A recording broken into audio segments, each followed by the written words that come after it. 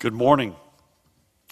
I have remarks which I will read, but you know what they say, when you know the subject matter really well, you don't really need remarks, but I will nonetheless stick with them. Again, good morning. One of the most important responsibilities of any governor, any administration, I know Sheila joins me in that, is choosing an individual to serve as New Jersey's Attorney General.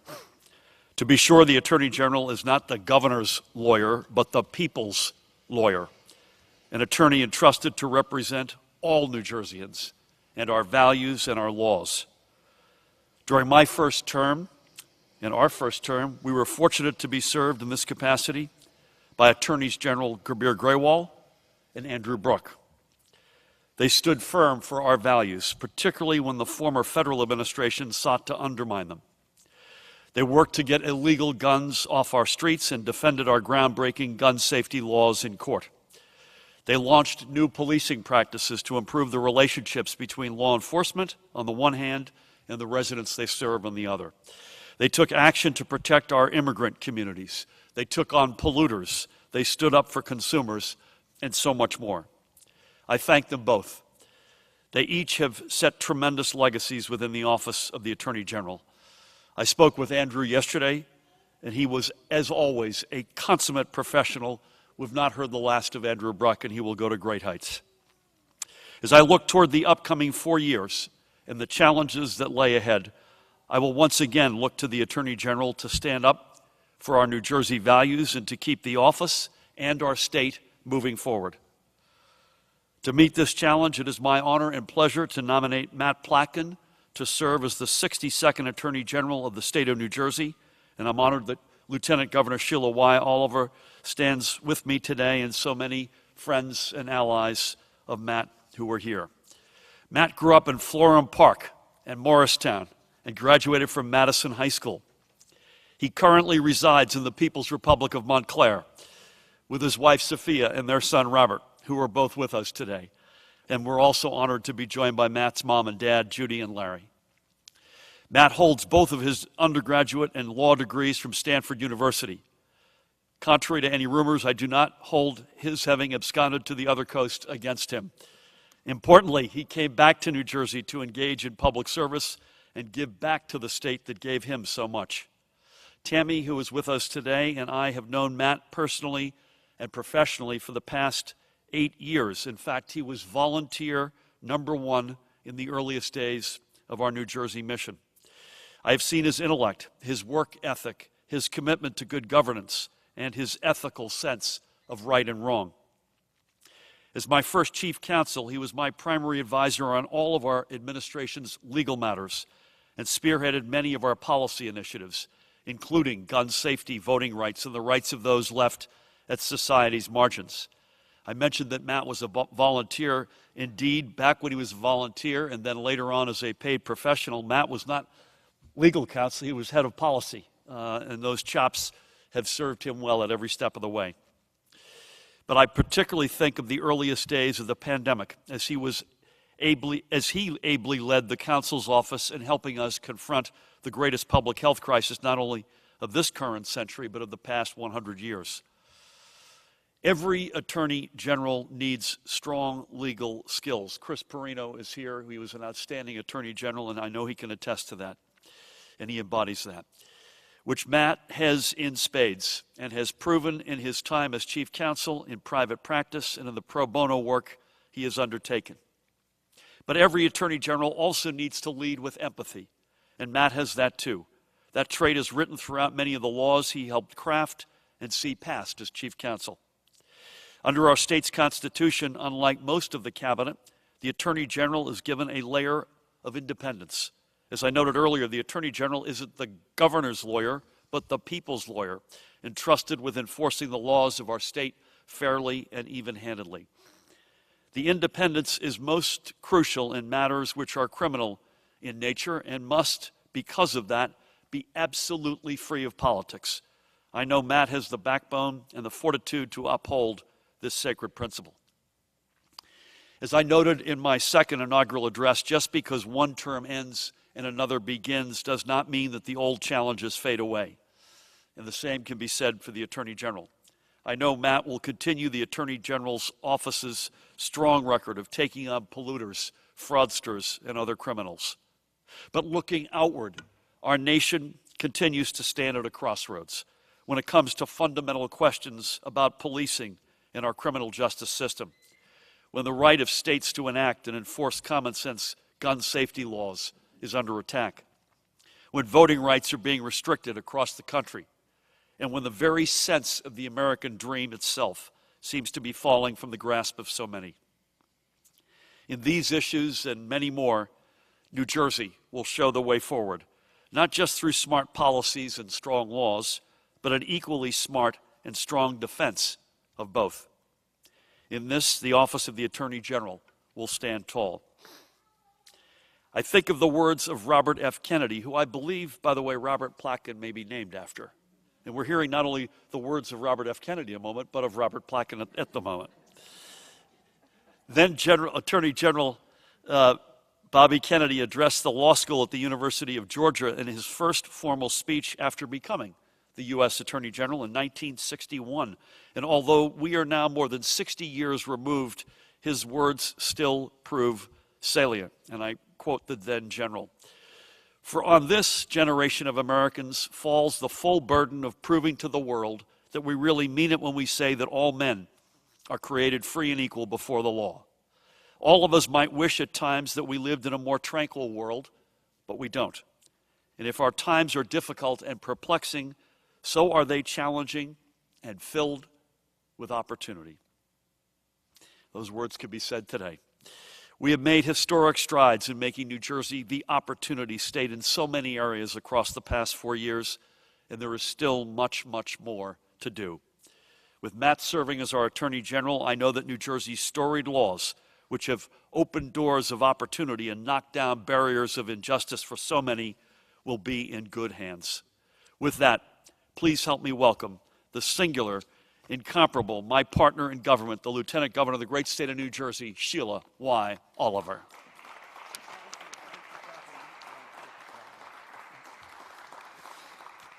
Good morning.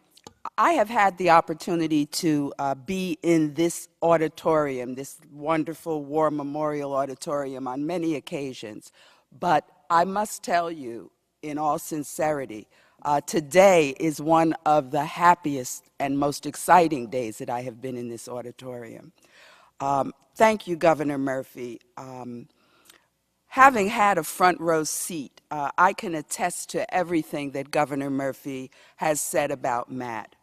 In so many of our policy victories across our first term, it was Matt who helped craft the laws that are now setting New Jersey apart as a national leader. From equal pay to voting rights, from gun safety to the minimum wage, from future-focused investments in our budget, in the hundreds of bills that have been signed into law that made every day better for regular New Jerseyans. And often in government, the public does not get to have an opportunity to see how things come to the fore. Professionals like Matt Platkin are what make things come to the fore in government. And I could not be more pleased that Governor Murphy is nominating Matt as the next Attorney General for the state of New Jersey. Each of these efforts that he has been involved in supporting the early days of our administration, they all have one thing in common, and it is that Matt fought to make sure that if it wasn't good for New Jersey, then it would not be good for us. He is to be recognized for that early work. You know, the day that the governor and I were sworn in, the first thing was to sign into law equal pay for equal work for women. And he began, because he had spent time on the policy side, examining those things that could, in fact, change the everyday lives of New Jerseyans, and he did that. As the governor noted, Matt will be a strong and independent attorney general. Uh, our state will be able to rely upon him for the challenges that lie ahead. He's not going to back away from taking on the right fights for the right reasons. Of this, I have no doubt, because I have seen his passion and his smarts on display. You know, the governor made references to Kennedy, and I love some of the things that Kennedy left behind for us. But one of the things that Kennedy said was that it was time for a new generation of leadership with bold new ideas and bold visions, because there are new frontiers and challenges to be won. I believe that Matt represents that new generation of leadership. So Matt, welcome back to public service and to our administration. It will be a pleasure to sit beside you at the cabinet table. Really well said, Sheila. Thank you so much. I want to salute Parimal Garg, our chief counsel, who conducted an incredibly rigorous and far-reaching and incredibly professional process to get us to this day. So thank you, Parimal. I also mentioned law enforcement. There are many members with us today, and I want to acknowledge one in particular, my partner in so many endeavors, the Superintendent of the State Police, Colonel Pat Callahan. Pat, thank you to you and your colleagues for everything you do. With that, please help me welcome the next Attorney General for the great state of New Jersey, Matt Platkin.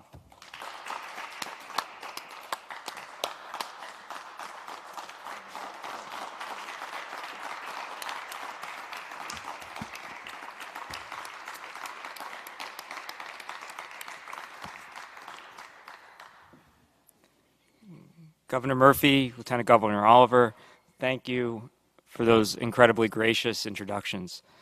To say that this nomination is the honor of my life would be an understatement. I am humbled beyond measure by the confidence that you're placing in me.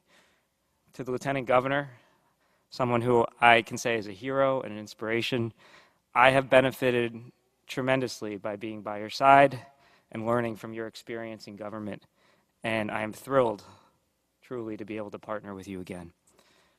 To my parents, Judy and Larry, who are here, thank you for always setting the right example for me and for encouraging me to dream big. To my wife, my best friend, Sophia, and the best little guy who you've probably all now heard speak, Robert, thank you for being my rock and my inspiration. We've definitely come a long way.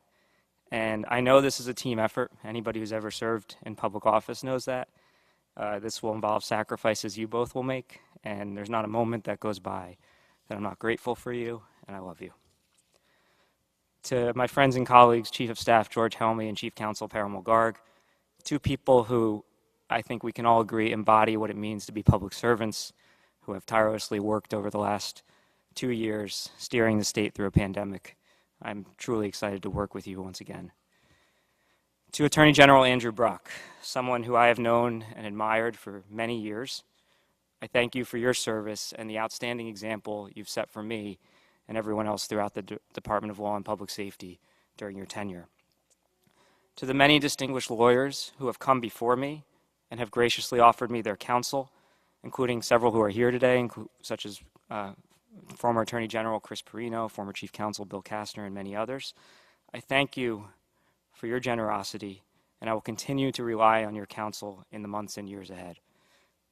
To Senate President Nicholas Scutari, Senate Judiciary Chairman Brian Stack, members of the Judiciary Committee, and members of the New Jersey State Senate, I am grateful for your consideration, and I look forward to meeting with you in the coming days and to working with you on our many shared priorities. To Speaker Craig Coughlin and members of the General Assembly, I'm eager to begin working with and collaborating with you as well. To New Jersey State Police Superintendent Colonel Pat Callahan, the thousands of women and men throughout the state police, First Assistant Jen Davenport, and the many other public servants in the Department of Law and Public Safety. It will be my honor to stand shoulder to shoulder with you every day. To the many advocates and faith leaders representing communities across our beautifully diverse state, I look forward to sharing an open line of communication with you and to achieving great results together. And last but certainly not least, to Governor Murphy and First Lady Tammy Murphy. Thank you from the bottom of my heart for the trust you are placing in me. As the governor mentioned, we met many years ago, and it hasn't been a day that's gone by that I haven't been grateful that our paths crossed. From the time we met, it was obvious to me then, just as it remains obvious to me now, that these were the people who were the right people to lead our state, and that the governor's vision for a stronger and fairer New Jersey was one that was worth fighting for. I'm just laughing, I know. This is how he reacts to me at home, too. So, I'm a product of New Jersey. My great-grandparents immigrated here and raised my grandparents just a few miles away from where I'm now raising my son. My parents met as freshmen at Rutgers, and I'm a proud graduate of our public schools. As a law student in California, I beamed when we read Abbott and Mount Laurel, two landmark New Jersey decisions that collectively made us the first state in America to stand for the proposition that every child, no matter where he or she is from, is entitled to a good home and a quality education. As both a public servant and as a litigator in private practice, throughout my career I've worked to strengthen our laws and make New Jersey a better and safer place to live and work. Plain and simple, I love this state and everything that it stands for. It is now my honor and privilege to serve as the New Jersey's next Attorney General. As our state's chief law enforcement officer, it is with great humility that I accept responsibility for enforcing the laws of this state. As Attorney General, my highest priority will always be keeping our residents safe. This means, in particular right now, bringing all necessary resources to bear to prevent violent crime. And because most violent crime involves firearms, we will use every tool at our disposal to tackle the root causes of gun violence, including by holding those accountable who foster gun violence in our communities. Under my leadership, the office will also place great priority on protecting the civil rights of all of our residents.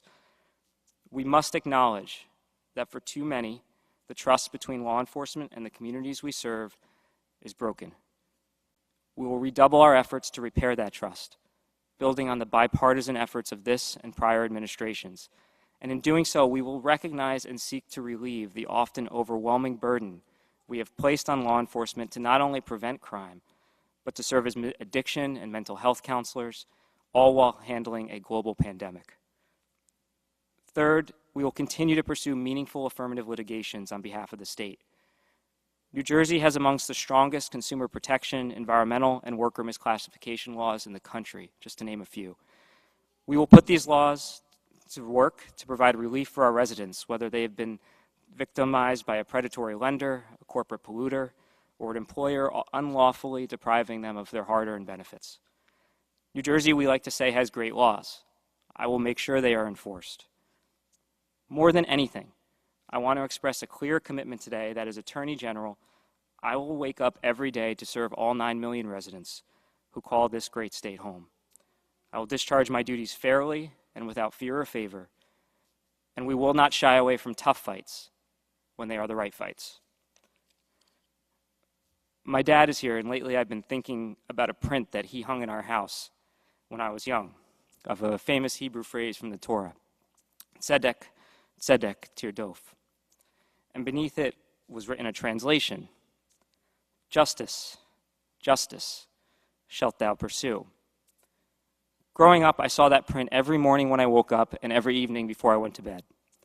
And since I've been an attorney, that print has hung in every office I've ever held, a reminder of what this is all about. To this day, when I see that print, I'm struck by the word choice of that translation, word choice that has been debated by rabbis for centuries. Justice, justice, shalt thou pursue. Justice is a pursuit. It is not something you complete, perfect, accomplish, or achieve.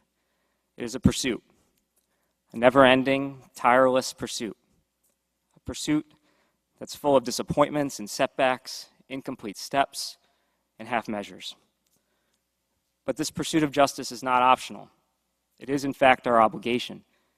And we are instructed that only by pursuing justice in an honest and just manner can we faithfully fulfill that obligation. As Attorney General, those words will be my North Star. I am privileged to wake up every day leading a department of nearly 8,000 women and men who have committed their lives to that pursuit. Collectively, we will work tirelessly to protect the people who call this state home. Governor, I thank you for this honor. I'm excited and I'm ready to get to work.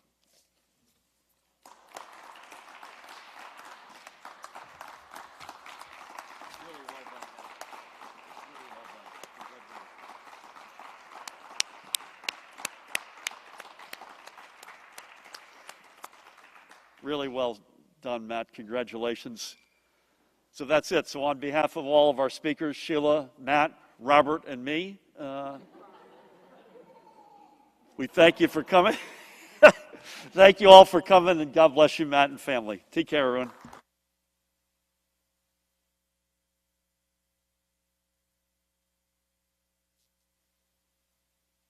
Apologies, if I could maybe ask, first of all, Mom, Dad, Sophia, and Robert to come on up, if that's possible.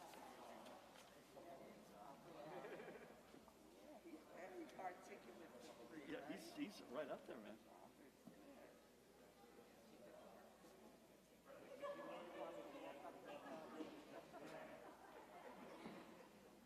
Where do you want us? I think in front of the flag. Okay. I'll stand here by the podium.